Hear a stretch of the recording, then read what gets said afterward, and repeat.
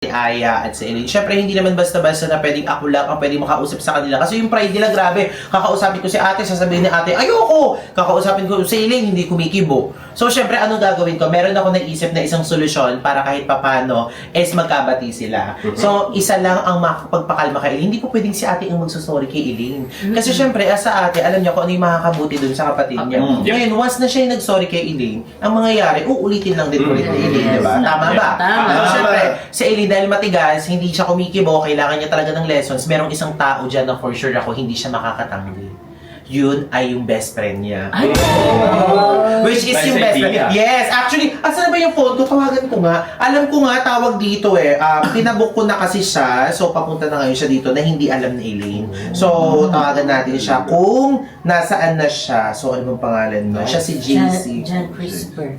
So, tawagan natin kung nasaan na siya. Kasi kanina sabi niya mga 5 minutes na dito na siya, kaya nag-intro na tayo. Okay. So, hello JC! Ayun. Hello! JC, asan ka na? Malapit na po. Ha? Ay, 2 minutes po. ano? Oh. Mga 2 minutes po. Oh, 2 minutes na lang! So, nandun na siya. So, si JC, kung kilala niyo siya mga kapatid, makikita niyo agad to. Kaibigan to na Elaine, ang tagal niya nawala. So, sige, labas na kami maya-maya sa lubungin ka namin, ha? Sige, go. So, ayun mga kapatid, si JC po, best friend ni Elaine. So, puntahan na natin, abangan natin sa labas. Let's go! Yes. Let's go. Ay, this is JC! Okay, may ako marinig. May hindi alam ni ate. Bilis! Hello! Kamusta ka?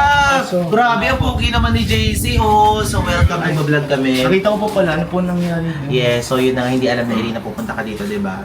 So since nakita mo naglayas, nagkakaroon kasi ng problema is yung ate tsaka si Elaine. Dahil nga kay Saidi tsaka kay Elaine. So hindi naman wala yung sa Elaine, pero syempre kailangan nila ng separate, di ba napag-usapan na natin. So ikaw lang talaga yung naisip ko magpapaayos sa kanila. Mabuti naman po nahanap niyo si Jeline.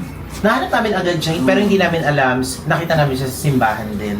So, hindi naman pala paglalayas, pero syempre, delikado pa rin anong oras na namin siya hinanap. So, gawin natin, puntahan na natin si Elaine doon, then kausapin mo siya, then try mo pagbatiin sila ni ate. Okay lang ba sa'yo? Okay lang. Okay, ako sa likod. Let's go.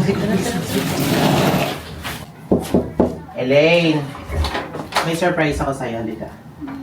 Si JC! Hello! Ay, bakit? masaya?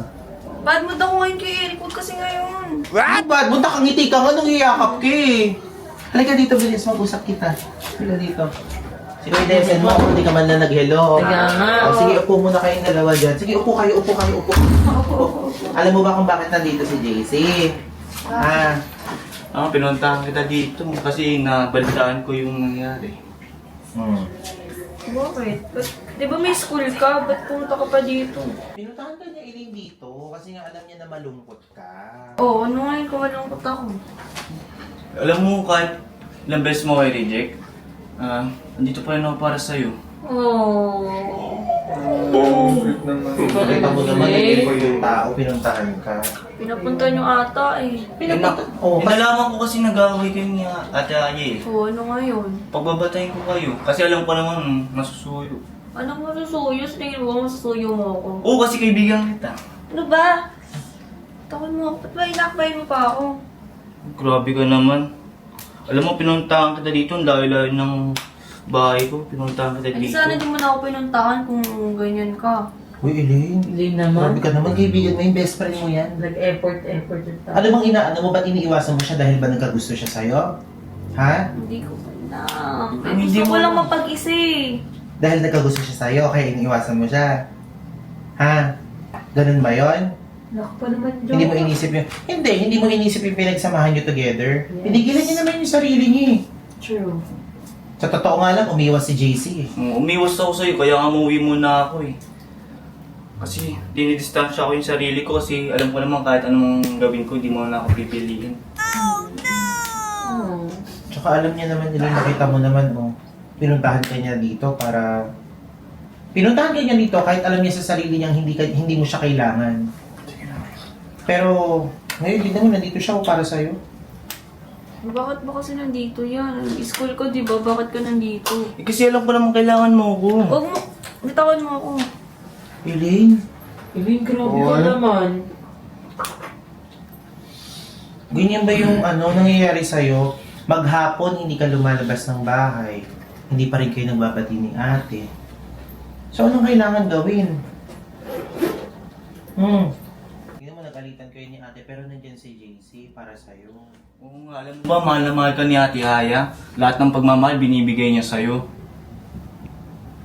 Swerte ka nga eh. Gusto mo pakita ko sa'yo yung video na to? Ano Ikaw yan? talaga niya sobrang pagmahal at maalahanin talaga.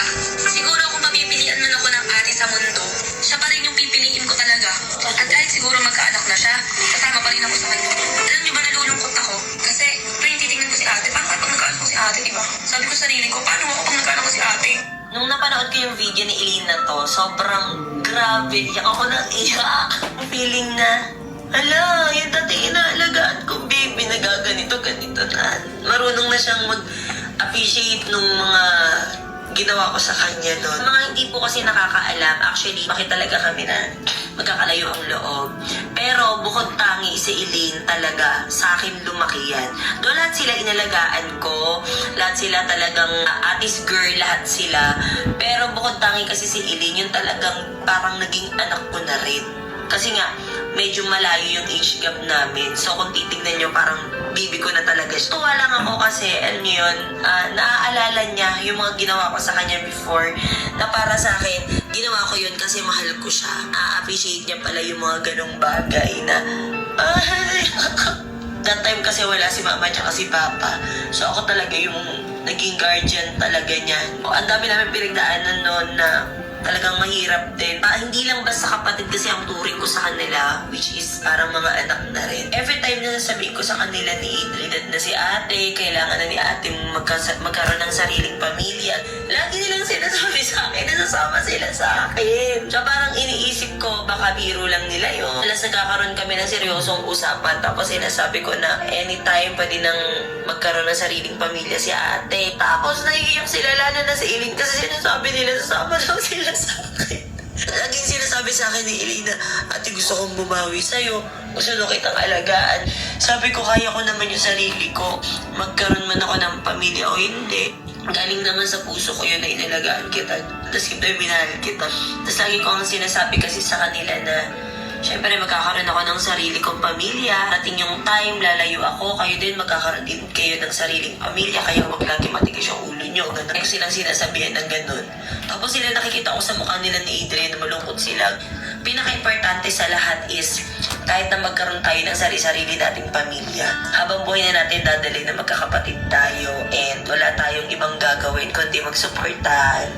Siyempre, mahal na mahal ko yung mga kapatid ko, lalo na yung baby girl ko na si Eileen. So, paano yan?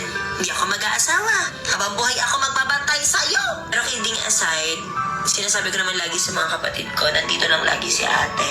No matter what. Kahit tumanda na tayo, kahit kumulubot na yung balat natin, one call away lang si ate, lagi nandito. Hello! Hello! Saan mo? Pasa mo naman to sa akin? Pinaprotektahan ka lang ni Ate Haya. Baby girl ka kaya niya. O, ba't naiiyak ka? Ha? Oh, makinig ka, Eileen. Tingnan mo si JC lang pala magpapakita sa'yo niyan. Makipagbati ka na kay ate. Puntahan mo siya, bumawi ka sa kanya. Mag-sorry ka na rin, humingi ka ng pasensya.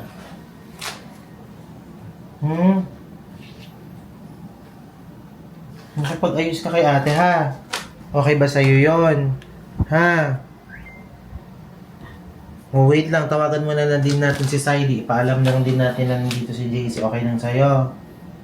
Ha? O, tawagan natin. Tawagan natin si Saidi, ha?